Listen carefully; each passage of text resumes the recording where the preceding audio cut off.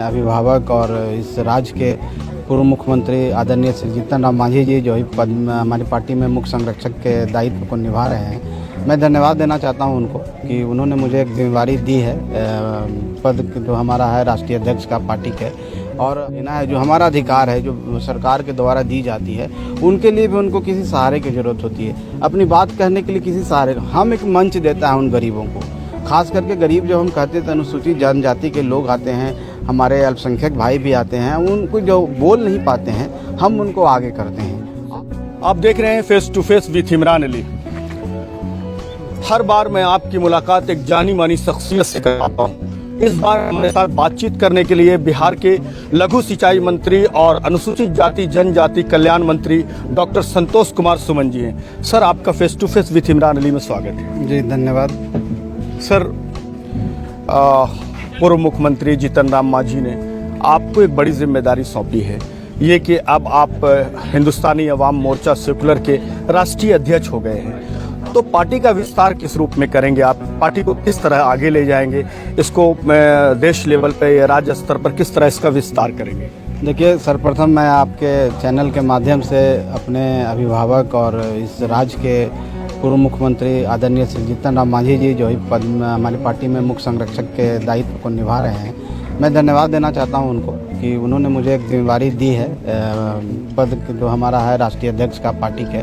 और हर व्यक्ति का एक होता है, ख्वाहिश होती है कि जहां पर वो काम कर रहा है उसका सर्वोच्च पद इस डेमोक्रेटिक सिस्टम में अध्यक्ष का पद बड़ा पद होता है। और मेरे लिए एक खुशी की भी बात है, लेकिन साथ साथ एक चुनौती भी मेरे साथ है, क्योंकि जिस शख्सियत वो हैं, जिस तरह के शख्सियत हैं, जिसके मालिक हैं, वो एक मिसाल कायम किया है पूरे समाज में, खास करके गरीबों के लिए, अल्पसंख्यकों के लिए। जो हैव्स और हैव्स नॉट की उन्होंने लड़ाई लड़ी है, उसमें वो बड़ी एक लकीर खींची है। और हम समझते हैं कि उनके आसपास भी तो हम नहीं पहुंच पाएंगे, लेकिन हम पूरी कोशिश करेंगे कि उन्होंने जो लकीर खींची है उस पर मैं रास्ते पर चल सकूं, और उन रास्तों पर चल करके उन गरीब भाइयों के लिए जो कहीं न कहीं अपनी आवाज़ को उठाने के लिए उनको किसी की ज़रूरत होती है, उनकी आवाज़ बन सकूं, उनके मददगार बन सकूं, यही हमारी पूरी कोशिश रहेगी। सर, उन्होंने अपने शुरुआती दौर में राजनीति के मुसहर सेवा संघ बनाया था, और इसके तहत उनकी बिहार में एक पहचान थी, जो वंचित हैं, जो शोषित हैं, उन तक उनके विकास के लिए, उनको आगे लाने के लिए।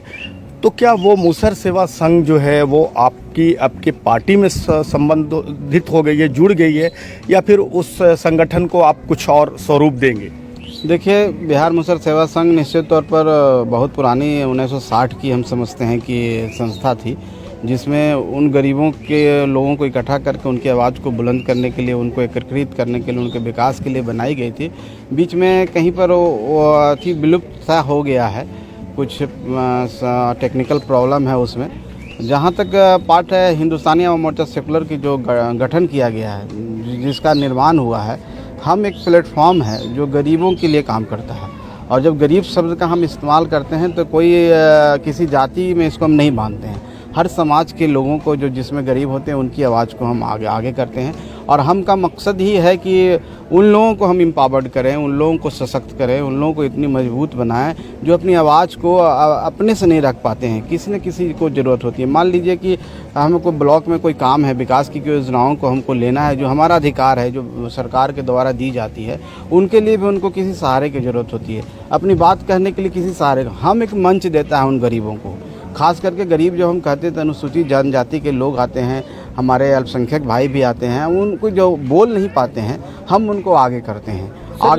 जी सर, लेकिन तमाम पारदर्शिता के बावजूद भी आज भी शोषित वंचित जो हैं, उनके अधिकार जो हैं, जो उनका हक हुकूक है, उन तक चीज़ें पहुंच नहीं चाह रही। बीच में बिचौलिए उसे कहीं ना कहीं लूट ले रहे हैं। ये चीज़ें आज भी हो रही हैं, तो आप इसको किस तरह देखते हैं? देखिए, हमारी जो सरकार है, माननीय नीतीश कुमार जी की अगुवाई में जो सरकार चल रही है, निश्चित तौर पर गरीबों के लिए, शोषितों के लिए काम कर रही है। लेकिन हर समाज में हर तरह के लोग होते हैं, और आप 100% कोई भी चीज़ नहीं कर पाते हैं।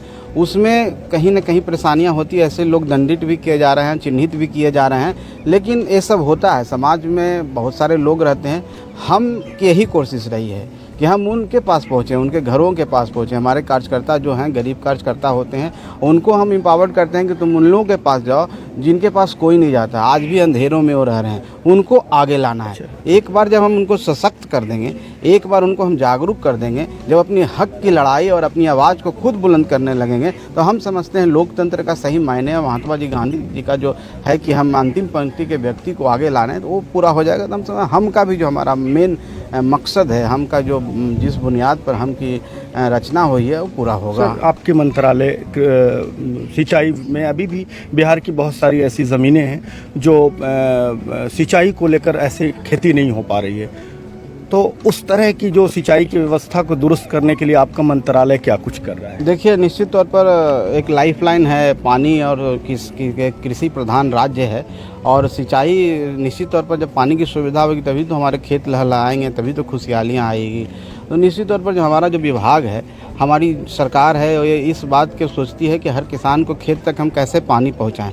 उसमें हमारा विभाग भी एक सहयोग कर रहा है। हमारे विभाग में है कि 2 एकड़ से ऊपर जितने भी आहर पैन हैं, चाहे 5 एकड़ से ऊपर तालाब हैं, हम उनको बनाते हैं, उनको फिर से पुनर्जीवित करते हैं।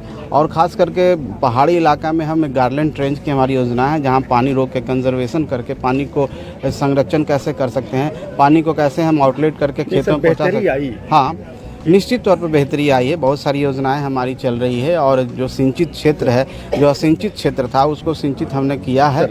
निश्चित तौर पर हमारा जो 5 ईयर प्लान है, जो 2025 तक उसको बढ़ा दिया गया है, 26 किया गया है, उसमें निश्चित तौर पर हम बहुत सारे ऐसे एरिया को सिंचित करने में कामयाब हुए हैं जो बहुत दिनों तक सिंचित है। और इस इलाके में जो 10, 11, 12 जिला है हमारे इस प्रदेश का, और जहाँ पर सुखाड़ की समस्या थी, वाटर लेवल की कमी थी, वहाँ पर हम कहीं पर 3 इंच 5 इंच तक पानी को ऊपर लाने में कामयाब हुए हैं। हमारे विभाग का ही जो योजनाएं हैं, जो सतही योजनाएं हैं, जो धरती पर धरातल पर आई है, इसके कारण हम लोग इसको कामयाब हो पाए। आखिरी सवाल सर, बिहार में अब ज़िला को लेकर, अनुमंडल को लेकर, प्रखंड निर्माण को लेकर बिहार सरकार अब इसकी तैयारी कर रही है। इसके लिए कुछ संकेत भी मुख्यमंत्री महोदय ने दिए थे। तो चूंकि आपका प्रतिनिधित्व करते हैं शिरघाटी अनुमंडल के इमामगंज से पूर्व मुख्यमंत्री जीतन राम मांझी जी, और आपका ये क्षेत्र भी कार्य क्षेत्र रहा है, बाराचट्टी, शिरघाटी, ये बोधगया विधानसभा, ये सारा कार्य क्षेत्र है। तो शिरघाटी ज़िला को लेकर या इस क्षेत्र के जो अनुमंडल और प्रखंड बन जाएंगे, तो इसको लेकर सरकार के स्तर से आपसे क्या राय लिए गए हैं? देखिए, अभी तक कोई राय नहीं ली गई है, लेकिन मैं आप सबको आश्वस्त कर देना चाहता हूँ। विधानसभा चुनाव में, इमामगंज विधानसभा चुनाव में माननीय मुख्यमंत्री जी मंच पर थे, उस समय भी हमारे अभिभावक आदरणीय श्री जीतन राम मांझी जी ने शिरघाटी जिला के लिए मांग उठाया था, और उनका सहमति था। और जिस तरह की बातें अभी हो रही है, अभी तक पूरी क्लियर नहीं हुई है, लेकिन हम समझते हैं 1-2 महीने में जो मंत्रिमंडल समूह की जो कमेटी होती है, जो डिसाइड करता है, निश्चित तौर पर हम लोग की पूरी कोशिश रहेगी कि गया जिला अंतर्गत खास करके हम जितना प्रखंड को बना सकते हैं, जितने एक जिला और बने, चाहे अनुमंडल बन सकता है, तो हम लोग कोशिश करेंगे ताकि लोगों को विकास हो, लोगों को और सुविधाएँ उनके घर के आसपास पहुँचे। क्योंकि जब बनता है तो आसपास के इलाके में विकास होता है, और वहाँ के लोगों के ज़मीन का रेट बढ़ता है, और सारी बातें हैं। तो निश्चित तौर पर किसान खुशहाल होते हैं, जनता खुशहाल होती है, तो उससे एक प्रशासनिक स्तर पर हो, चाहे सामाजिक स्तर पर हो, सब में इस तरह के काम आते हैं। हम लोग पूरी कोशिश से ये लगे हुए हैं कि जितना ज़्यादा से ज़्यादा हम लोग इसको बना सकते हैं। अब माननीय मुख्यमंत्री जी के समक्ष हम लोग पुरजोर मांग करेंगे, जो पुरानी मांग है, आप सबकी चित परिचित मांग है, उसको हम लोग पूरा करने की कोशिश करेंगे। बहुत बहुत शुक्रिया सर, धन्यवाद।